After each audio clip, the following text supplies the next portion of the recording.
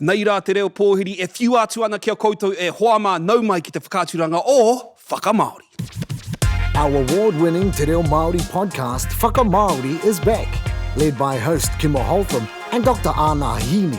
Join Te Reo Māori experts Leon Blake, Hana Mereraiha and Kristen in a journey of translating English content into Māori. Immerse yourself in learning, wānanga, discussion and the joy of Te Reo Māori with our crew. Here's Whakamaori with our host, Kimo Houltham. Ai rā e hoa mā nau mai ki tēnei whakaaturanga e āta wete e āta wānanga ai tātou I etahi o ngā tuhinga tawhito, tuhinga hou, ngā tuhinga no ngā kiriata, ngā whai kōrero ko tā mātou. He āta wānanga I etahi o ngā kaupapa me te reo Māori o roto. Ko tā tū mai ngā mātanga reo ki tēnei o ngā kaupapa Kristen. Me pono te kōrero e hine ātāhua nei te hanga I tēnei rā. Tēnā koe. Tino Barbie nei. Oh, ko te Indigi Barbie, koe nei te wā e kahana te kōrero tia mō te Barbie nei, I tēnei wā. Ko ki te koe I te kiriata nei, Anaha? Kāre anō e hoa. Ka haere atu koe ki te kiriata nei? Probably not. Kao. Engari pai ki au tēnei kakahu mawhero. Yeah, ātāhua. Pai ki a tātou katoa e hoa. Tēnā koe. Anaha kei te pēhea koe I tēnei o ngā rā e hoa, me pono te kōrero. Aha koa te rangi hea tāhua ngā kākahu e hoa. Kia ora. Te mea pūkoro kei a koe, tapa hi ana. Kia ora e hoa, nā taku ruanuku nā pū tēmara I whakatauira mai nei tūmo māhuatanga o te mauhūtu. Me ngā tikanga hoki o te mauhūtu, no reira me mihi ia ka tika. Hewa no tēnā koe I tō mihi? Tēnā nō rā kōrua. Hoi anō, ko te kaupapa o te rā nei, ko ngā whakapāha ne, ngā Crown apologies. E mātau ana, e mohi ana kōrua ki wenei momo kaupapa? Ia koe e kōrero ana mō te krauna, ka whakaaro au ki tātou kreme, kei te tiriti o Waitangi, nā kreme a ngā iwi, e whakatauhia ana I tēnei wā I ngā tau kahori ana hoki, ana ka haere te kāwana ki te whakapāha ki te iwi.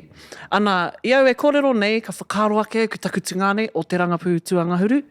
Te korau, kā tū ki te kōrero, ki te karauna I tēnei tau nei, ne? I te rātau rā nei, ki te āta whakamarama, hea hanga whakapanga ki tana iwi I tā rātau pehi I a rātau. Ana kā mihi au ki tana maia, ki tana kaha, ki te tuku I rā kōrero. Me te pai o te whakatakoto o ngā whakaaro, ne? Tika, ka mutukara hoki tātou. E paku mōhio nei ki ngā taumahatanga I utaina rā ki runga ki o tātou tūpuna I e rā rautau. Hewa no, e mihi a tanuhia nei te kāwanatanga I ngā whakapāha I ngā tau. Engari me whakaaro tonu o tātou tūpuna I rongo rātau I te mamae, I ngā taumahatanga, I te whakataurekerekatanga, I te whakamakimakitanga rānei o rātau. Kia ora.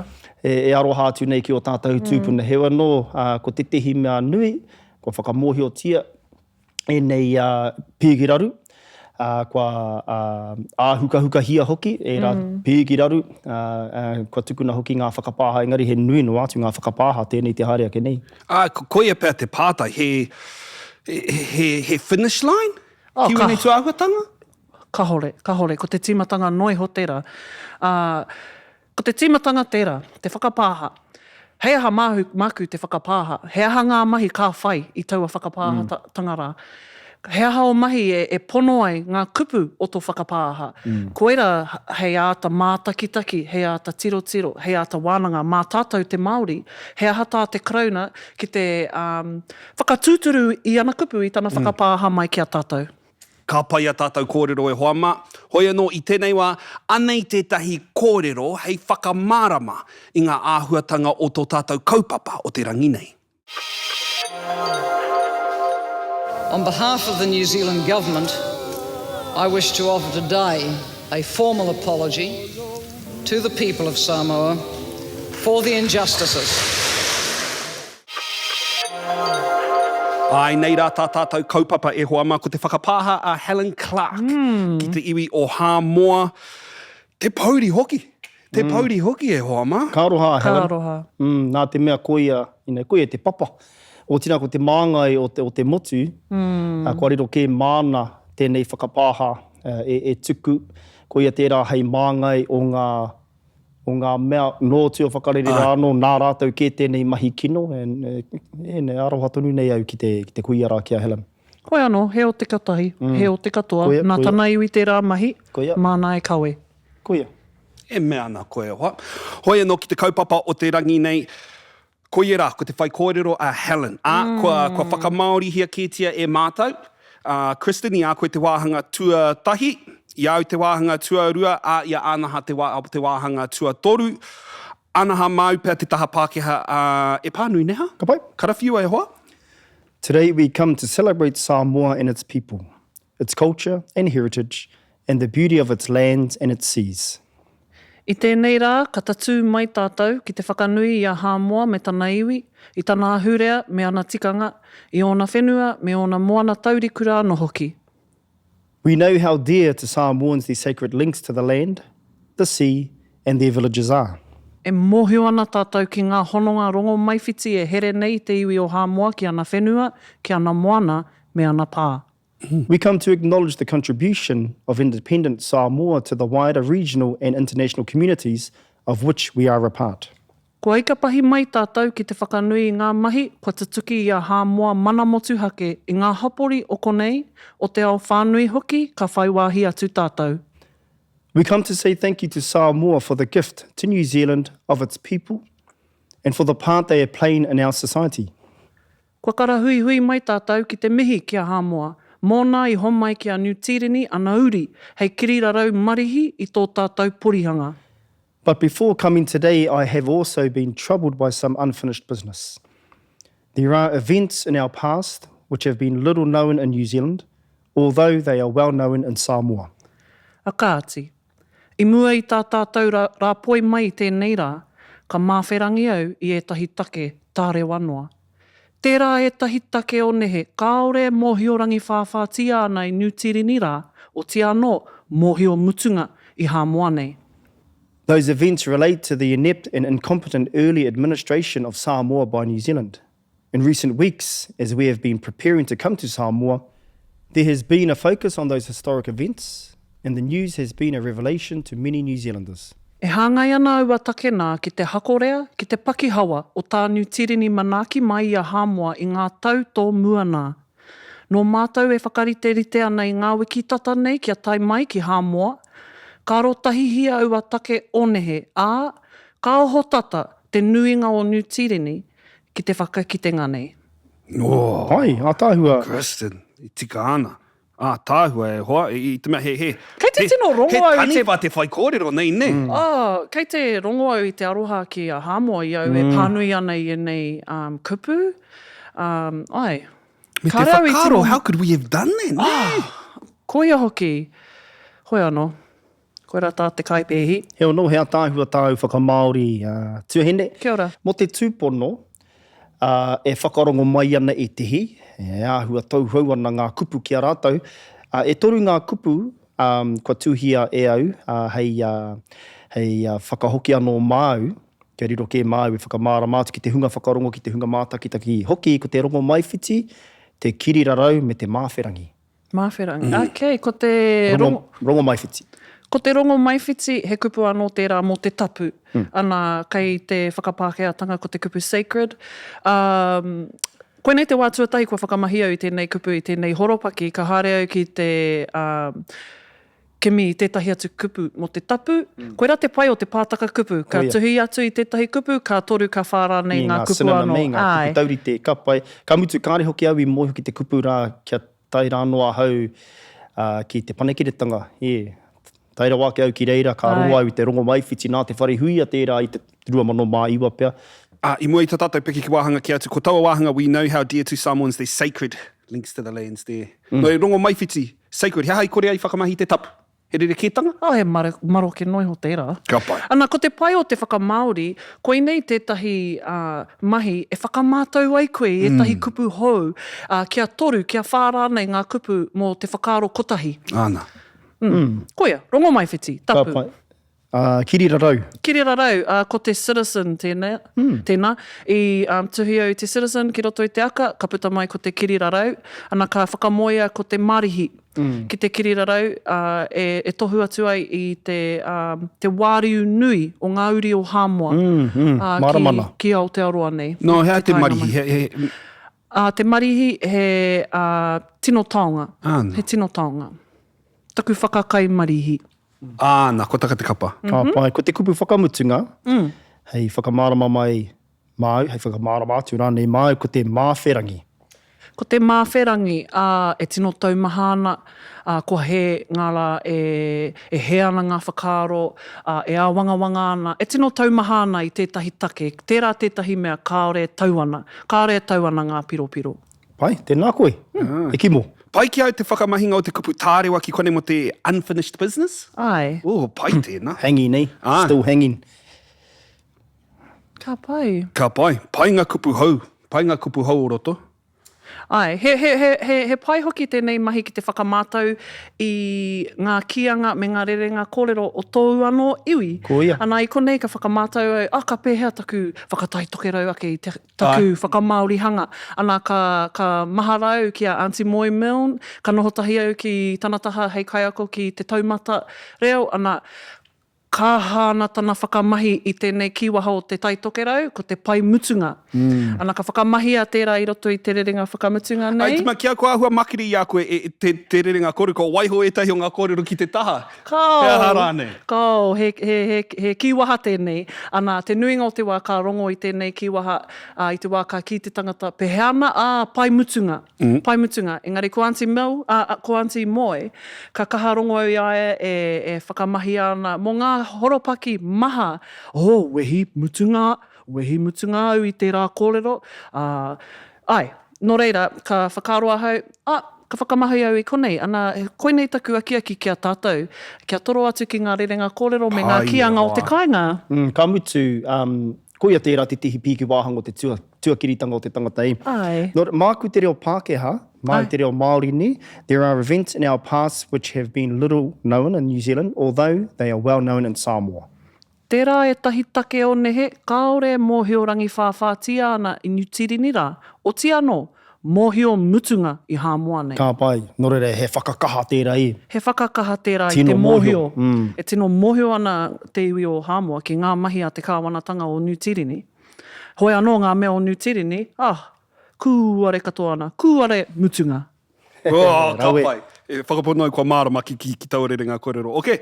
Hei, Me haere tonu tātou neha? haere tonu. Okay. Kristen, mai te taha Pākehā e pānui neha? Ai. That focus has come about because my government believes that reconciliation is important in building strong relationships. Kua tahuri mai te ahunga i te whakaaro tahi a tō mātou kāwanatanga e mātua ai te hohou i te rongo. E kaha ai te tuāpapa o tā mātou noho tahi. It is important to us to acknowledge tragic events which cause great pain and sorrow in Samoa. Me mātua tā mātou whakanui te tiramaka I mamai ai koutou o Hāmoa. In particular, we acknowledge with regret the decision taken by the New Zealand authorities in 1918 to allow the ship Talune carrying passengers with influenza to dock in Apia. Ina rā ka whakanui e mātou te pauri o te whakatau a te kāwanatanga o Aotearoa I te tau 1928. Kia tau te waka o Talune, e kawai ana I tētahi kāhui kua pāngia e te urutaha taru tawhiti ki Apia. As the flu spread, some 20% of the Samoan population died. I te horahanga o te mate nei, ka mate atu I te 22 pai heneti o te taupori o Hāmoa. It is judged to be one of the worst epidemics recorded in the world and was preventable. Kua whakatauhia, koinei tētahi o ngā mate urutā mutunga kē mai o te kino kua kitea. Me te mea hoki, he mate kua tae tātou te ārai. There were also the shootings in Apia in December 1929 of non-violent protesters by New Zealand police. He puhipuhinga I Apia no hoki I te marama o Hakihea I te tau 1922. Ki tētahi hunga mautohe koka kore e ngā pirihimana o Aotearoa. At least 9 people died, including Tupua Tamasese Lealofoiana III and 50 were injured. Ka mutu, nui atu I te toko iwa I mate, tae ana kia tupua tama sese lea lofio a ana, te tuatoru, ko ngā tūmanaku I tikataku whakahua I te ingoara, kia manua nui mai. Me te mea nohoki, rima te kau ngā tāngata I whara. The early colonial administration also banished Samoan leaders and stripped some of chiefly titles. Me te peinga a te kāhui koroniara, tuatahi I ngā rangatira o Hāmoa, me ētahi o a koutou taitara Kahurangi. These actions split families apart and many families lost their titles forever. I whakamāwehetia ngā whānau E nei mahi. Nui ngā whānau I ngaro ko ngā taitara a mate a moa nei. Ka aroha. Ka aroha, neha. I te pānuihanga o te mea nei. Kei te huri taku puku I te pānuihanga I nei kōrero. Ka reo I tino mohio mō enei whakakitenga nei. Ka reo mohio mō enei whakapānga ki te iwi o Hāmoa. Ka aroha ni. Hewa no e punu a thesis tēnei e hoa. Tō whakamauritanga. Tino pai. Pehea nei mo te nui o ngā hapa ahara. Hewa no, kia mōhio tonu tātou e ka hapa tonu te tangata. Koia. E koe rā hoki te kororo a Leon e mea ana nau mai te hapa. Nau mai te hapa, e pai ana. Koina te painga o te wānanga e hoa mā, he akoranga noho ngā huaka ki te. Koe te hi mea I kite ai ahau, I rongo ai ahau, ko te, te whakaro tahi o. Te whakaro... Ana. Wāhanga, no reira he o kē te rā, he rei te whakaaro tahi a. He pātai tēnei, mo te tehe o ngā kupu kāri te mārama ki etehi ko te tiramaka. Tiramaka. He kupu no te te akareo tēnā, ko te tiramaka, ko te tragic event. Neha? Pai ei, nā te mea... e hāngai pū ana tēnei ki tāku I kia I mua, e kore rawa te ako e mutu, he mea hou tēnei ki au ki te tiramaka. Ka rau te mōhio no he wano, he kupu hou, ka tahi no ka raua ki taku kete. Anei taku pātai, I te mea, he ahua uaua māku te whakamaori I te kupu in particular, ko tāku ina rā. Pai te Ina rā, he pai. Ka pai.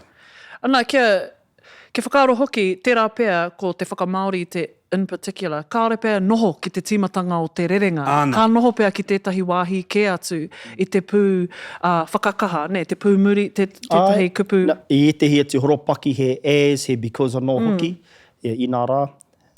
Ahua maha tonu ngā whakamahinga o te ina rā. Hewa no? Pai. Ia tātou e whakamaori nei I ngā tau, 1918, 19 aha ke atu rā nei. I rungo hau I te kotahi mano, karu te mōhio mena I whakahua hia rā e koe te Ka. e iwa. Ka. E ko ngā ture ei, ko ngā ture o te tau nama, mena tahi akāti kotahi te mea. 2 to 9, e rua e toru e whā e iwa. 10 to 19, whiua te e ki te rāpihi. 20 to 99, whakahokia mai anō te e. He akoranga hau e nei e hoa. Nera. Ai, mo te taha ki ngā tatau, ki ngā 100 to nama. 119, whiua anō te e ki te rāpihi. 120 to 999, whakahokia mai anō te e. Engari, I au e ako nei e nei tūmomo āhuatanga ka whakarongo hoki au te, ki ngā riko tatanga o mua. O tina ko ngā kaumātua e kororo ana I te 1950s. I rongo au te tehi kaumātua no te taitokerau e kororo ana mo te waitohutanga o te tiriti I te tau kotahi mano e warurau e whātekau. Tōku anō koraua ke pēhau e kororo ana mo te kōkiritanga o te arawa e kūtau. I te tau kotahi mano e warurau e rua te kaumātahi. Nō reira, no tua whakarere te rāreo, hakua kāre rātau I te tino mōhio ki ngā tūreo te wetereo, e tika ana te reo ai. Nō reira, 1918, kotahi mano e iwarau, te kau mā waru. Engari I rongo au te kotahi te kau mā waru. Engari ākene pēr I rere noa I tō waha I a koe whakaaro ana. Pai tonu tērā e hoa. Hewa no, ko te mea ia tātou e kororo nama ana, e rima te kau ngā tāngata I whara. Hewa no tā tātou he apiti te e rima te kau ngā tāngata I whara.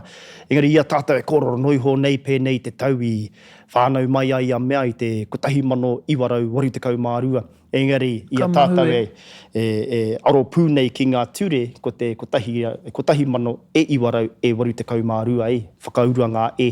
Ai, ka whai au kia whakahua pērā tia ngā tau. He ua, me āta whakaaro, i a koe taki nama ana, ne? Engari, he pai. Koe nei ngā mea iti o te reo e pai rawa i te rere, e Māori rawa i te rere o te reo. Ka reka rawa ki te taringa. Mea ako, he pai tēnā ki au. Nō reira, ko tahi mano, e iwa rau, e rua te kaumā iwa. Ai. Ding, ding, ding. E rua te kaumā iwa. Me pēnā te pātai. Yes. I'm Ron Burgundy. Ko ia. Anei tāku, i te mea, i āhua raru atu au ki tēnei wāhanga, there were also shooting in Apia in December 1929 of non-violent protesters. Ko tāku, i te tau ko tahi mano e iwarau e rua te kaumā iwa. Ki tētahi hunga mautohe, ko tērā taku protesters, koka kore, ko tērā taku non-violent. Kei Kei te... Koka kore. Koka kore. Whakamārama mai e hoa? I pekatu, ara, anō i hoki atu au kia te akareo, e whakapono anau ko te koka, ko te violence.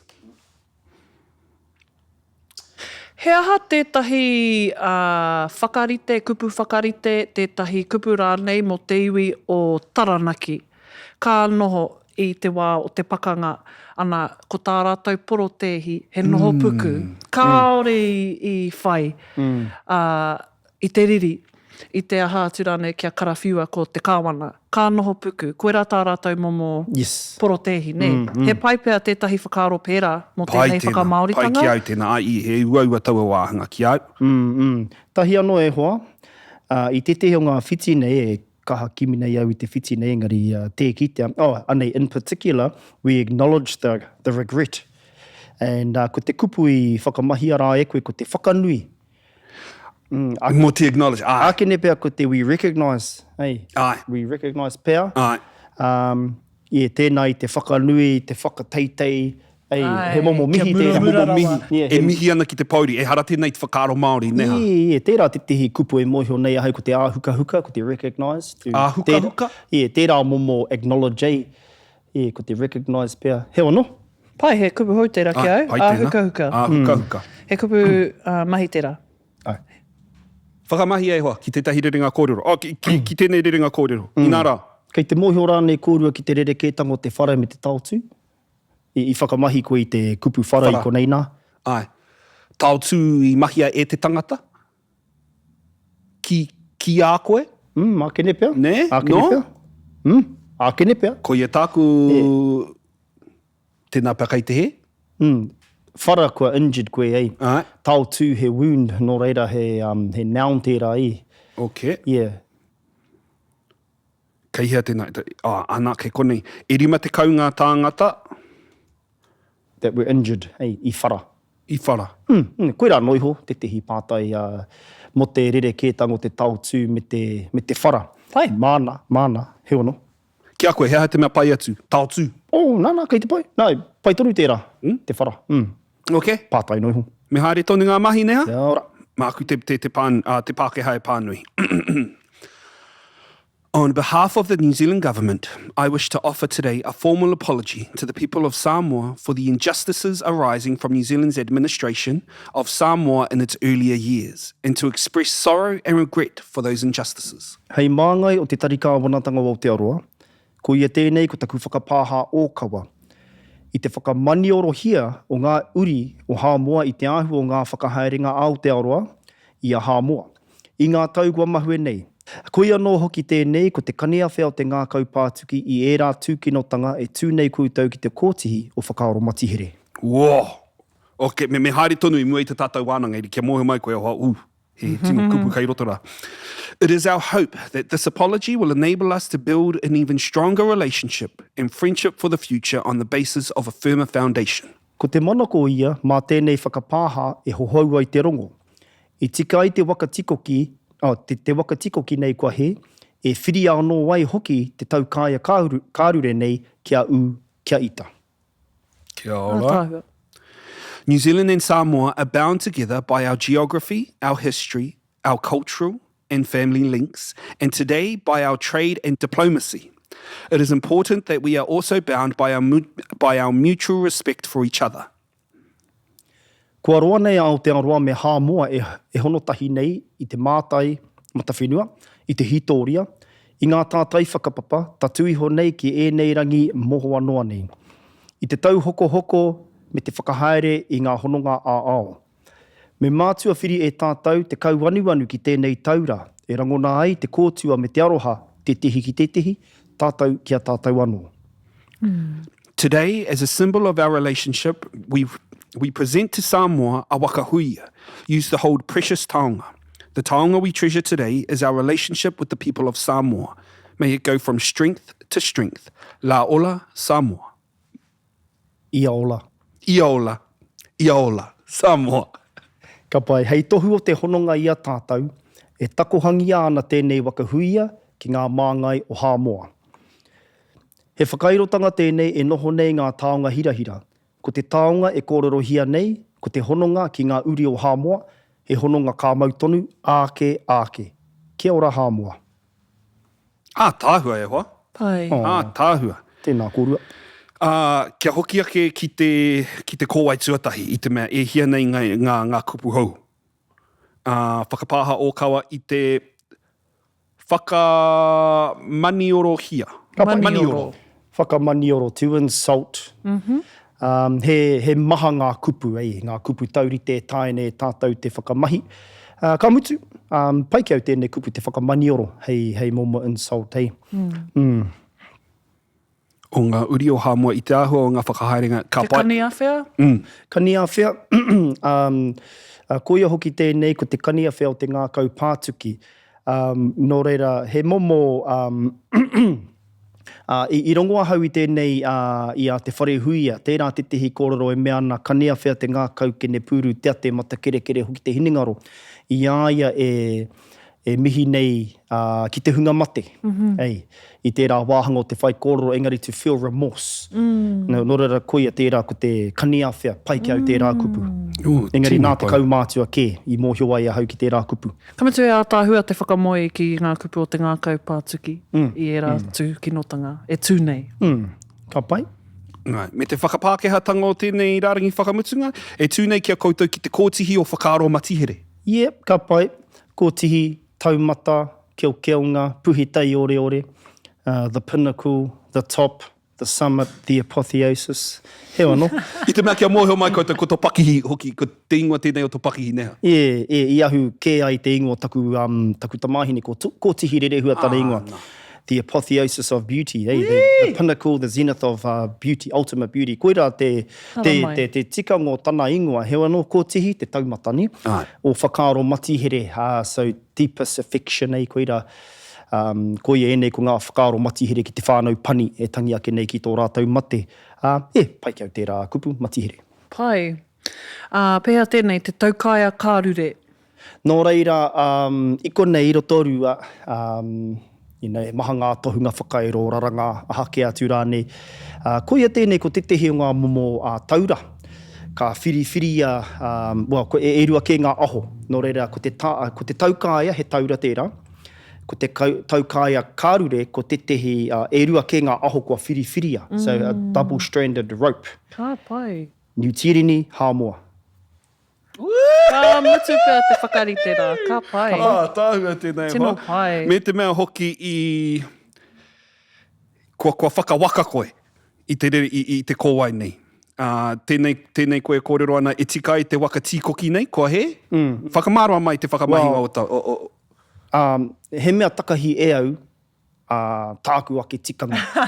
Nā te mea, mēnā kei te ngahere, ko ngā rākau te kaupapa, mēnā ko ngā manu, me noho pū ki ngā manu, engari e rua ke ngā pikitia, ko tāngia e au, te tehi, e whai wāhi mai nei te waka, te tehi atu ko te raranga.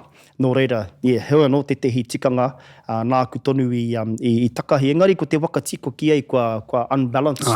And koia tērā, ki te whānui hia tēnei momo unbalancedness, i roto i te horopaki nei, nō reira, ko te waka tiko ki kua he, me tika ia tātou. E reira tō tika atu ai tōna pītau whakarei ki te wāhi tikana kia hare, koe rā, noiho. Beautiful, para. Nā tērā pēr he kaiwhakarongo kāre mohu ana ki te kōrero moho anoa nei. He aha te tikanga o tērā? ko te paingo enei momo kupu nore ko ngā rā o nāia nei. Ko ngā rā o nāia nei. Ngā rangi moho anoa nei, engari e kaha ana te rangona o e rā momo ei, moho anoa nei, moroki noa nei. I roto i ngā kōrero i te tangata o te rā taino ati ki ngā kuia kaumātu e whakamahi nei e nei kupu e ka pēnei. E nei kōrero nō tua whakarere tēnei kua tauna. E kōrero hia tonu hia ana e nei kōrero moho anoa nei. Tērā momo e kaha rangona ana i roto i te whakahuatanga mai o e nei kupu. He momo tō i e rā hitoria i tua whakarere kia tai ki e nei rangi moho anoa nei. E nei pēnei te kūaroa nei e ngaro ana e rā e pai kia e rai. Tēnā pēr e ahua kōtiti ana takahari. Engari, hea hao whakauru mo te whakamahi te āmoho ao nei, mo te live TV. Yeah. Rereke, ne? Pātai pai tēnā hoa. Live TV. Wo whakamaori hia tērā. Live TV. Well, mo te live TV, e aua, kāre pēr e tau ki au te moho anoa nei mō ki te whakamaori i tērā. Hoi anō, he kou. He kou ki tērā. Engari, he pātai anō i au. Hea te rereke, tēnā pēr he ahua ngāwari tēnā. Engari, hea te rereke tanga i wainganui te takoha me te tākoha. Takoha ki au. Ne? He tākoha rani? E tika ana tērā? Tēnā pēr koa, he taku whakamahī taua kupu mō ngā tau e ia kēnei e hoa mā. He toko maha ngā tāngata ka whakatoroa i te whakahua o te tā, i te tākoha. I think kua he noiho te whakahua i takoha ki au nei. Ko te takoha. Pēnei au me te kupu te aka. rahaki. Nui nei ngā tau e kōrero nei te rāhaki. He nui e hoa. Ētahi tāngata ka ki Pākihi, ko te pakihike. He nui. Pēnei te takoha. Ana. E hara i te tākoha. Māna. Ka pai. Kātahi tātou ka kite i ngā tuhinga e mea nei. Ai kia mate o mea wāhi. Ko tākoha, he wano. Koia ngā hua o te wānanga e hoa mā. Koia. Ai, ana, karekau he kupu he rerenga anō hei ata wānanga mātātou i tēnei wā. Engari, ko taku hia ko te hoki ki tērā kōrero nāu i takahi koe i tētahi tikanga whakamāori. Au, ana, hea tērā tikanga, tēnā whakamarama mai, te takahinga, i te mea kai te marama hau, i etahi wā, ka tū tētahi ki te whai kōrero, ana ka tīmata ia i te kōtihi o te maunga, mea rawa ke kai te moana tātou, mea rawa ke kua huri ki uta, mea rawa ke kei runga waka rererangi, kei runga waka moana, ana ka ānini te mātenga i te whakarongohanga atu, i etahi wā. I te mea kai hea tātou i tēnei kōrero. Ki au ake nei, i au e tūnei ki te whai kōrero, e pirangi noiho nei au kia noho ki te tehi tai ao.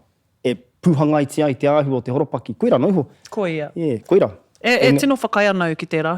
E pai ana tērā hei rautaki mā te kai kōrero, ne? Ai. Hai, kia ora. E hoa mā, tēnā koutou. Tēnā tātou. Tēnā tātou. Ok, hoa mā. He tāngā manoa i tēnei wā, ne? Kia puta i tātou i te pauri ki te ao mārama. Me tahuri atu ki tēnei wāhanga e ki ana ko Urban Dictionary.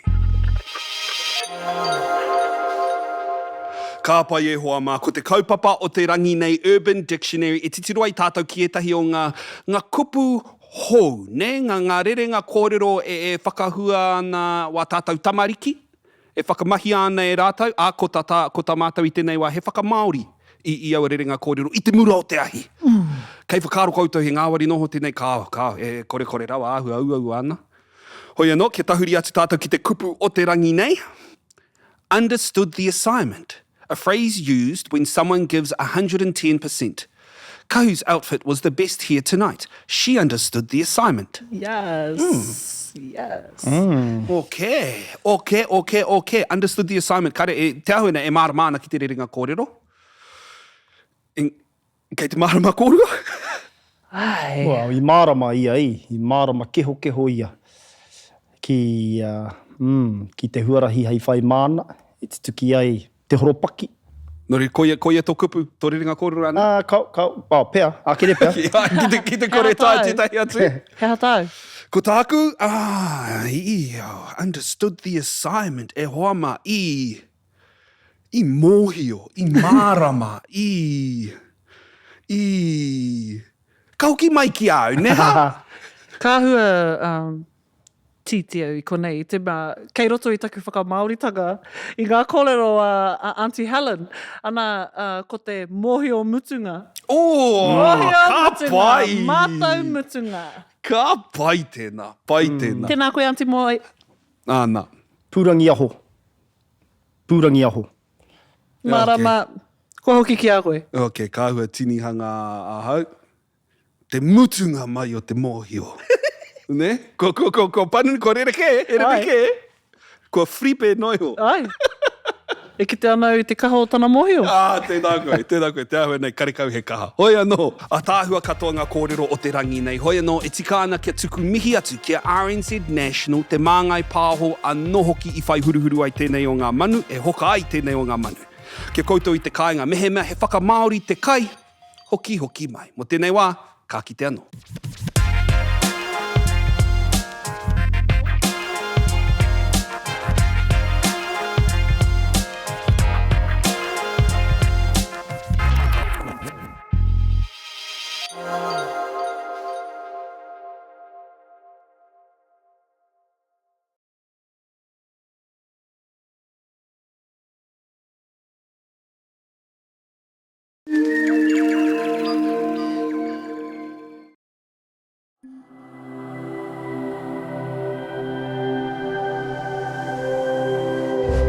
Ko te reo, te take.